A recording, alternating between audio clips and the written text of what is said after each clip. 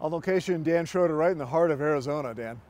Arizona, might as well be. Somewhere in the west, anywhere in the west where it's dry. It is dry. We're here in Colorado, actually, but you wouldn't know it. It's dry. We're kind of late April, coming up on May here.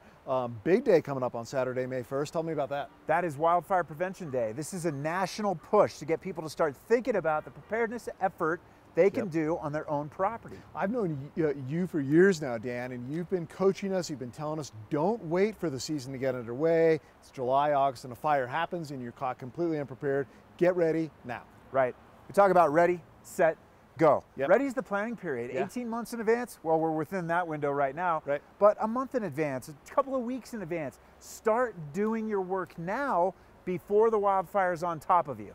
Give me an example. Say I've got a place in the mountains, it's a cabin or a little house or whatever, it's a weekend place. What should I be doing with that property? Right, we call it defensible space. Okay. But we have an immediate zone, and that's right up against the house, about 5 feet off the drip line. And it's really important not to have any flammable vegetation there. Right, and we all do though, right? I mean, most of us do. And it's hard to think of it that way, but embers are obviously, embers fly around in a fire, and they're what land right up against your house, catch that vegetation, burn the house down. Yep, okay. So we're starting to push vegetation away from the home.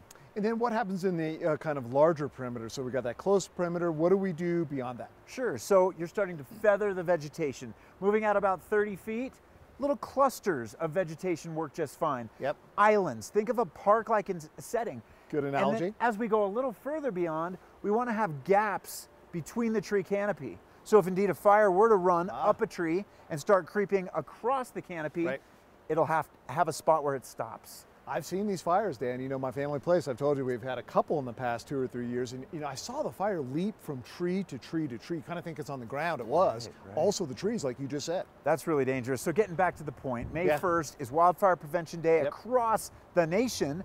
In this dry western region, it's ultra important that all of us start thinking about the plan we intend to execute. And like you said earlier, we don't know if it's going to be a super dry summer, but we just have to assume based on where we are now, it might be, and get ready. It's been a dry winter. Let's look forward to a dry summer. Be ready and hope that it'll just be wet and wonderful. I like it. Dan Schroder, CSU Extension. We'll get caught up again in another couple of weeks with an update. Thanks for all your work. We're going to get ready.